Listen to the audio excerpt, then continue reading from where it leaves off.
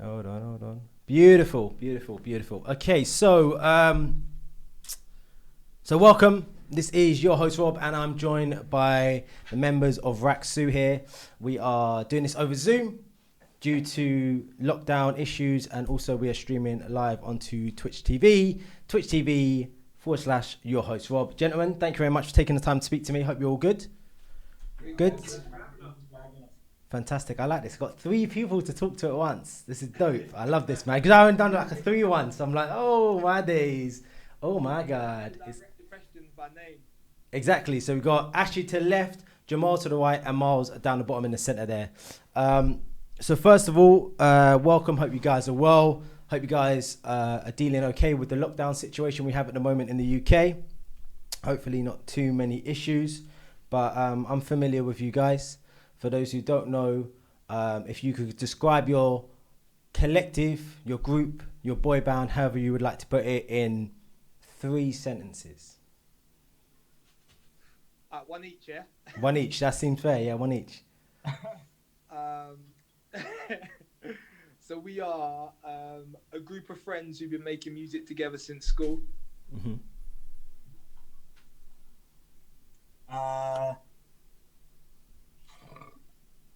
We went on a show called The X Factor and won it in 2017.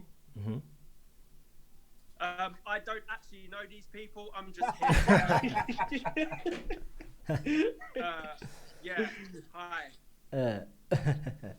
Well, welcome, lads, man. It's good to see you all full of, from what I've seen of you previously, TV interviews and other things. Got good energy, got good vibes. And it's even more important to be like that in a time that we have at the moment, which has been crazy. What would you say has been the biggest challenge for you in the lockdown environment at the moment? Who's that one for? Let's go left to right. Let's start with Ashley. The biggest challenge for me personally, on just a day-to-day basis, has been gyms and sports being locked off. To be honest with you, like that's normally a big part of my coping mechanism for anything that's going wrong, is going to the gym or playing football or playing basketball. So that's probably been like the biggest stumbling block for me. But obviously we move, right? Of course. And Jamal? Similar things, to be honest. Me and Ash both play basketball, so that's kind of like an escape thing. And we normally hit the gym together, me and Miles. So yeah, fairly similar. That being said, though, I've been able to game a lot, which I'm sure Miles will attest to as well. So ups and downs, you know. Yeah. I'll do some bench presses while I lift my controller from my bed to my Or just some curls. Just curl the controller. Just be like, so really, overall, I'm guessing it's the same for you, Miles, since you guys seem to train together. Yeah, I mean, I've got pros and cons. Like, the cons, I'm now the heaviest I've ever weighed. I'm now into triple figures on kilos. Oh, okay. I'm as of yesterday 102 kilos. Right. Well, hold on. How tall are you though? 6'3". Yeah, I mean that's gonna even out quite nicely, isn't it? 102. Not on my love handles. Oh, Not on my love handles. yeah. No, sir. Yeah, I'm now the heaviest I've ever been. I eat a lot more. I've had to spend more time with the missus. The pros are I'm gaming a lot with Jam, and trying to game with Jam, and I've been Twitch streaming since the first lockdown. So. Oh, nice. What are you streaming? Huh? What are you streaming? So I stream COD, Fortnite, Rust at the moment. Right. Bit of Minecraft. And yeah. Oh, no way. Yeah, that's interesting. Just chatting as well. Okay. Hey, what was the good game where you're the little blob and we got to get to the end and get through the doors and that? Oh, Fall Guys. Yeah, that was Guys. dope. Yeah. That's it, Fall Guys. Fall Guys. What about Cyberpunk? You do Cyberpunk yet? I haven't downloaded Cyberpunk, you know. I actually haven't downloaded it. I've been I got on the Rust hype, and I started joining Rust servers, like the OTV servers and stuff like that. So I've been streaming Rust quite a bit. But I'm COD through and through mainly. Well, I'm slots, so I'm the late night slots on Twitch. So you can definitely, you? yeah. So you guys feel free to check out what we do as well. And likewise, sick. what's your Twitch name? Might add you in there. Mine's just Mark Stevenson. Okay, all right. I'm gonna add you. So there we go. We got famous friends each. There we go. Got famous friends each. There we go. So the first thing actually I wanted to talk to you about in regards to the music, guys, is the tour that's supposed to be coming up in September of this year. Is that still happening? At the moment, as long as Boris don't knock it off, yeah, then it is happening. So yeah, in our heads, we're moving forward, planning and acting like in September we will be on tour. Mm-hmm. And some of the cities, Birmingham, London, Manchester, and also Dublin. The most concerning one is probably Dublin, only because of the travel. So I'm guessing that's the one you guys are keeping an eye on. I mean, at this point in time, I think the situation in Ireland hasn't seemed to be too different to the situation in England. So I feel like they'll be slightly linked together. And I don't know, everything's up in the air, innit? But it's just, we're just trying to keep our positive heads on and just keep moving forward, hoping, assuming it's going to work out. But yeah, we just don't know, man. It might be a case of maybe Dublin have dealt with it better and we're allowed to do it there, but we can't do it anywhere else. So I've got no idea. Yeah, no, I know it's I imagine it is frustrating, not knowing what will go on as of yet, but still working towards it, because I know you guys have done the whole tour thing before. I think Ollie Murs and Little Mix, if I'm not mistaken, you guys went on tour with that. How was that? Yeah, that was really good, to be honest. It was kind of each had its own standouts. Where with the girls, we did outdoor stadiums, like cricket and football stadiums, which was crazy because the Little Mix concerts are just on a different level. And obviously with the Ollie tour we did arenas, so we kind of got the best of both worlds, and we got to try it out before we did our own tour just after. So it's a really good experience. I mean, we love performing in front of people and kind of feeling the energy on stage and things like that. So that's been a really big loss, obviously not only for us, but for a lot of artists, because that's something that we kind of really rely on, just getting out there and you know, getting in front of our fans and, you know, putting on a good show. So hopefully, as I said, if Boris doesn't lock it off, we'll be back ready to go in September.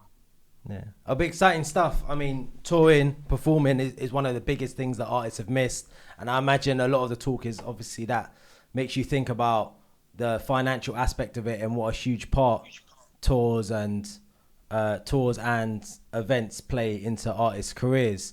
As someone who's been involved in lots of different ways of the industry, it actually leads me to kind of my next question. It can be quite challenging. I know one of your members, Mustafa, isn't currently here due to take some time away for mental health concerns. How important and how much has mental health affected the music industry and the kind of lifestyle you guys have to live? What do you think about that, Miles? Look, I think for us, we came into the music industry a lot older than your norm. We were 24, 25, turning 26. But it's a tough one. It's a tough one. I think because we've gone, obviously, the thing is with X Factor and the process is that you get kind of slingshotted into something that's so unknown. You go from working in an office job to being arguably at that moment in time the biggest artist in the world, because you're winning such a heavily watched TV show. So I think the transition from going from normal people, normal 9 to 5s, we're grown adults, we got accustomed to a normal lifestyle, and then being flung into the deep end and just told basically to swim. I think it comes with repercussions, and I think you either get affected by it or you don't. And obviously, for instance, for the likes of Mustafa, he's been affected more so than the rest of us mentally. And I think it's the normal. It's the normal. At the end of the day, having a mental health issue or a mental breakdown at a certain time in life. Everybody has them. I think it's just because we are in the so-called limelight, it's more prominent. People obviously see it more. And I think what Mustafa's doing, which is really well, which he started doing now, is talking about it now. So he uploaded a photo a few hours ago, just letting everybody know that he's still in Egypt. He's getting better. He's focusing on himself. And do you know what? That's all we can ask from Mustafa. Whether he's 100%, I think whether he comes back to RakSu down the line, I think that's, for me personally, I don't care about him coming back into RakSu. I just want him to be healthy as a person. At the end of the day, we've been brothers longer than we've been musicians, and we've been brothers longer than we've been in business ties together.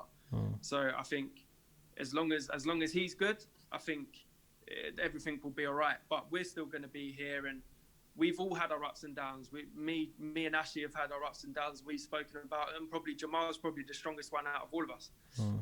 But we've all had, and we've all been affected by it. And I think just the climate that we're in at the moment just makes it that little bit harder, because you're stuck inside your house. You're getting into your thinking zone. You're getting into your emotions a lot more, because you're not accustomed to sitting inside. We're all accustomed to going out, going gym, doing stuff, being proactive, and just getting stuff done. But is all you can hope is that everybody pulls through together and gets on with it.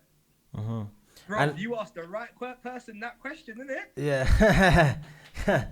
And so last year, actually, PR training. So like last year was a hard year for everyone, man. It was a very intense year. 2020 was a year like no other, politically and even just with race relations as well, and the social conflicts a lot of people were having, and certain things in America and over in the UK. The big topic is, I don't know how to put it. I don't know. Let's just say like conflict, right? So there's a lot of conflict, especially between, say, the police and young black men, such as yourself and myself. I know you guys spoke on it and you've put a single out about it. How do you guys feel being young black men, being at front of the forefront and being potentially role models and idols for people like myself and younger? I think Ashley wants to answer that one. I can see him thinking. That's the right man for the job there. Yeah.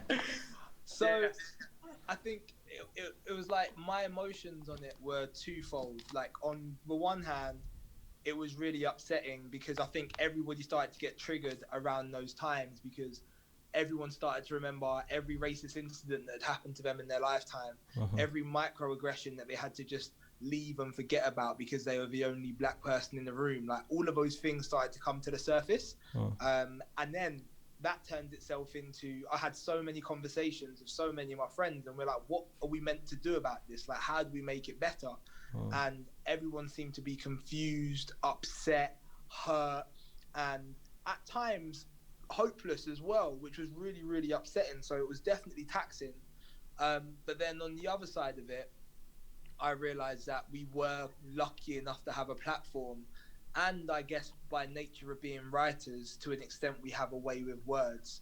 So we actually had an opportunity to educate and to help some people, whether that was teaching our people and black people about their history and about why the dynamics are the way that they are, or whether that's relating to white people in a level that they can understand and in language that they understand, to make them realize that their privilege does have a real tangible effect on the way that we live our lives. So it started off being a really upsetting period, but then towards the end of it, it was like, look, do you know what? We can actually do some good. We can actually make a change. And to be fair, I know of a lot of people who took a step back and said, do you know what? Yeah, this society does have problems and I have been benefiting from them. So let me make the extra effort to give back. So whilst it was a really hard time, I'm glad that it all happened, except for obviously the lives that were lost. And I think that ultimately it will be a cause for positive change. Good, man. So that's a good outlook as well, a good positive outlook, which we love. So let's keep it positive, and let's talk about the single. I do want to talk to you about the producer, Ebenezer. I had a chance to sit down with Ebenezer, great guy, very talented. How did you guys get to work with him? Jamal, why don't you take this one? We kind of came across Ebenezer like fairly early in our journey. Just in passing, he was good friends with another producer that we were with that we were working with at the time, and then kind of months elapsed, and we then met him again through one of our A&Rs who was basically saying he's been trying to, get in a session with us, and then from there we got into the session. It worked really well, and that was a song that we put out called Rotate, and it kind of just bloomed from there. We became really, really good friends. We go and just, chill, make music. And it was kind of, I'll call him our brother. Like we just chat, speak about things. And as you said, and as you know, he's a very talented guy. So anything that he puts his hands on tends to go the way that it's intended. And it was a really great start to a beautiful friendship. And he's produced, 3 or 4 of our songs so far, Ash and Miles? Yeah, it's a lot. As in that have come out, yeah. So, and there's a few more to come. So yeah, he's a brilliant guy with a load of talent that we get on really, really well with. So, props to him and yeah. And you guys are songwriters as well, long before you came onto the TV and then obviously exploded onto the scene. Do you think that songwriters get enough credit? I know it's slightly different for you guys because you, like I said, you basically create your own sound, your own lyrics, everything else, but sometimes it's not always the case and people do that externally. Do you think songwriters get enough credit for that? I actually had a conversation with a girl who's a songwriter and a singer last night about this. Mm-hmm. And honestly, in the cold light of day, the answer is obviously a no. Like, songwriters don't get enough credit. But realistically, when you look at it, if everybody in the public knew that artists didn't write their own stuff, the connections wouldn't be as strong.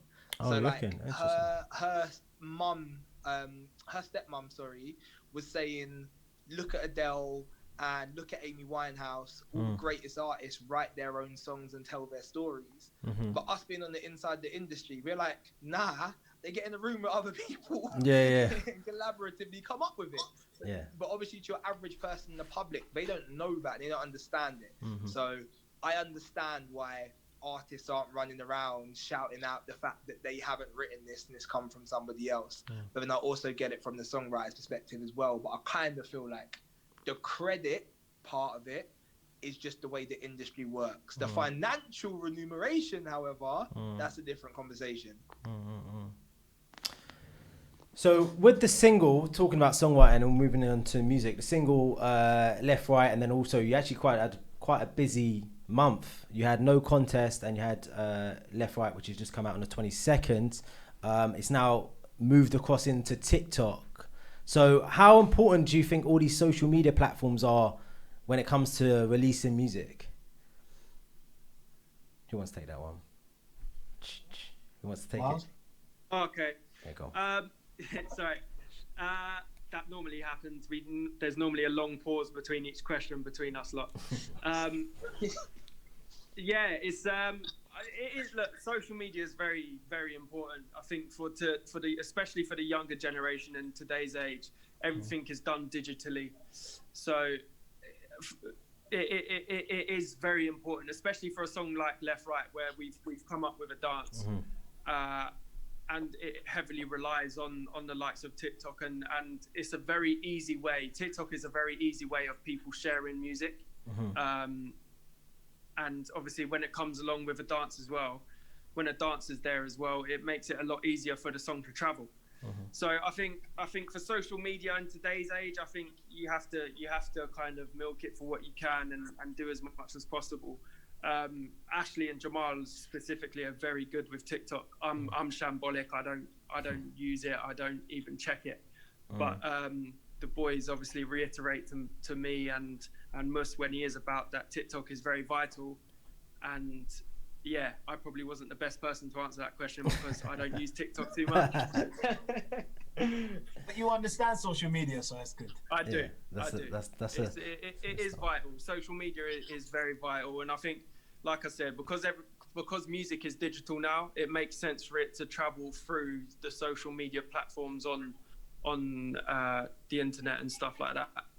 And I'm gonna call you a group because I don't really believe you're a boy band. I feel that's a very 2000s, 2000. Do you know what I mean? So I prefer a group, but hope you guys do too. Otherwise, I'm just calling you boy bands. Anyway, you get my point. Jeez, forgot what I was gonna say now. I prefer a band of boys. You band of boys. That's sounds a little too edgy. That one sounds a little bit. Wild, you know what it is? It sounds a little bit too sexy. Do you know what I mean? A little bit too sexy. That is you by yourself.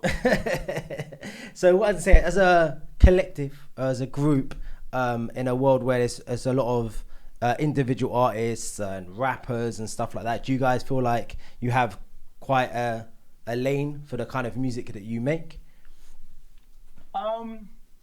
I think at the beginning of our journey,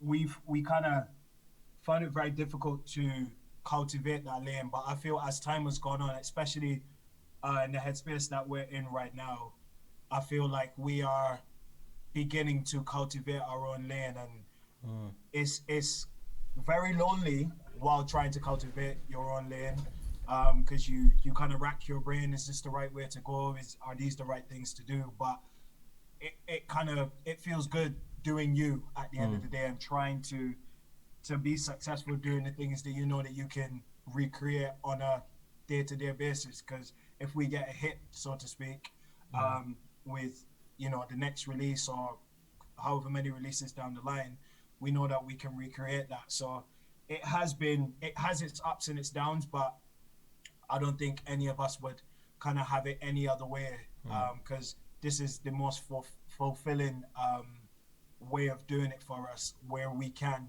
control what we need to control in order for us to not only put out the music that we want to put out, but also feel happy about that once it's released. Yeah, because your sound is like no bullshit. Like your sound is very good. Like listening to all of your work, I don't feel like a 15-year-old girl listening to it as like a pop, listening to pop. Do you know what I mean? Like it's very versatile. The genres that you do, the sounds, like literally everything is just so unique. I like it, innit? I fuck with it. Do you know what I mean? That's the bottom line, innit? That's the bottom line. So to be honest, because because I wasn't really, you get that kind of thing of, especially, boy band, X Factor, JLS, those kind of things, those kind of stigmas, people always have presumptions. So, but I was very pleasantly surprised, gentlemen. You guys are shit. You guys are the shit, bro.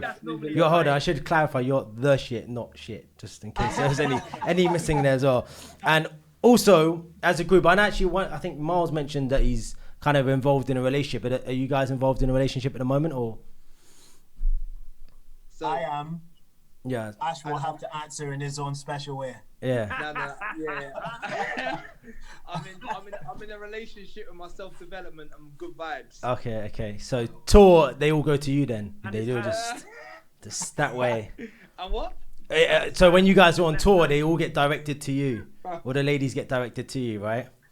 I mean, that's another question that Ash will have to answer in his own way, to be honest. Well, because it kind of leads me to my question. And my question is it difficult to maintain a relationship, being like high profile, being on tour, being an artist, being around quite a lot of women, stuff like that? Is that any issue? Do you find, is there any friction, any issues with that, or are you with someone quite understanding? I mean, for me, and for Jam, actually, both of our misses are in the industry. Okay. Obviously, Jamal's missus is Shireen from the Cut Kelvins, who was on our season of the X Factor. So she's a singer anyway, and she's been in the industry for actually longer than we have.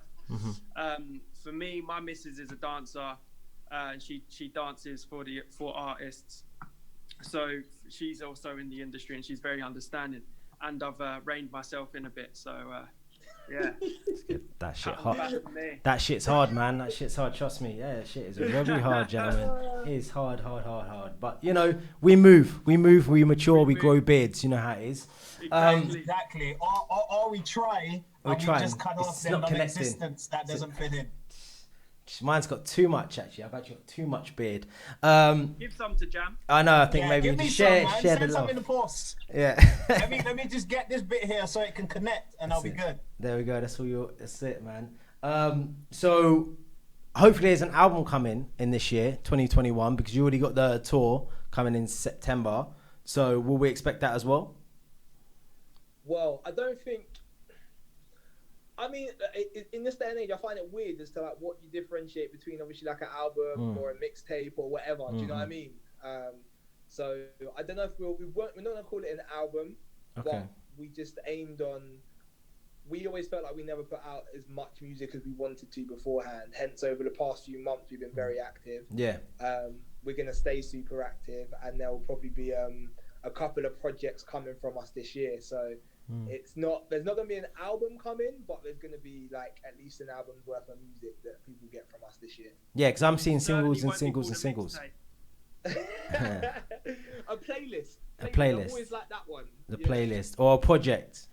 They should say. You know, everyone loves a project because at the moment it's just been so many singles, like just boom, boom, boom, boom, boom, boom, boom. So it's just. I thought, okay, are you going to put together, like I said, a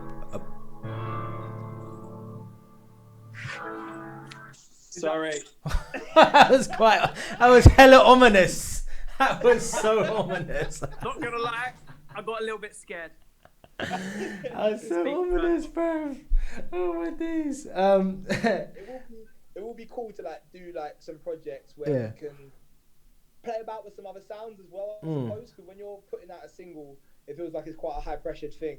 Yeah. Like if you're putting out a project which is, I don't know, 8, 10, 15 songs, there's some room on there for you to just play, you know, and just to make some stuff that you really like, regardless of how well you think it's going to connect or how well it's going to get playlisted. You can just drop some stuff that you just really like, you're just really into, you know. So and so I know you're working with someone on a new single, but overall, is there anyone else that you want to work with or who you've got in the pipeline that you can let us know? There's loads of people that we want to work with. I think, honestly, anybody. The answer would vary. If you're talking big scaled up, obviously mine would be a Justin Bieber or a Jay-Z, and Jamal's would probably be an Usher or a Chris Brown, and Ashley's would probably be Skepta. Yeah, but I mean, we just want to make good music, whether it's with an artist the same size of us or anybody bigger. As long as the music's good, we don't mind, and as long as they've got a good voice and they add something to the musicality of ourselves, then yeah. It could be John from down the road, as long as they're a good singer. Make some music. If I know John, that's right up his street. So. So you guys, like you mentioned that a little bit earlier, actually, is that you guys got into the industry a little bit later in the sense of age. So I imagine you guys have learned a lot of lessons over the time you've been involved making music, then being put into the spotlight and so forth. So if you could give any advice to someone who's young, maybe, you know, a 17, 18-year-old who's starting in this music game, what would you give them? What advice would you give them? What life lessons that you've learned? When you're going through it, take some time to stop and smell the roses sometimes, because it goes by much quicker than you think, like so much quicker. Yeah, enjoy it, because it really does disappear very, very quickly. And yeah, enjoy it, have fun. That's the best thing that I can say. Yeah. Ashley, Miles? For me, it would be that understand to the people that are working around you, you're just a job. It's not their life. It's not their dream. It's their job, which means that if things don't go well, they'll just move on to whoever they're getting paid to look after next. So when it comes to making decisions, follow your heart. Take on board what other people say, but follow your heart and make sure that you're proud of the direction you're going in, because ultimately it's your life. I like that one. Mars, anything to add to that one? Yeah, mine would be just keep your circle tight, man. Just keep your circle tight, and find out that who really actually genuinely cares, because there are very few people that genuinely care. Like Ashley said, you're a job to most people. So find that one person that actually cares, and they'll be able to take you further. And don't smell roses, because they don't actually smell of anything. Smell daffodils or something. That's it, man. Watch out, man. It's the proverbial rose. Yeah. So I mean, everyone wants to jump on the wave, man. Everyone wants to jump on the wave. I know how it is, man. Everyone wants a piece of the pie, bruv. Everyone wants a piece of the pie, but you can't have too much pie because you get diabetes. So on that note, gentlemen, I'll let you get back to your party, to your trainers, and I don't know what you're doing down there. So just I'll let you guys get back to what you're doing. Thank you very much for joining me here on Twitch TV with your host Rob, Ashley, Miles, and Jamal. Thank you very much. Hope you guys have a good week and stay safe, and just don't let Boris tell you what to do. How about that? You too, man. Thank you for having me. All right, guys. Take care. We'll speak again soon. Speak soon. Bye bye. Cheers.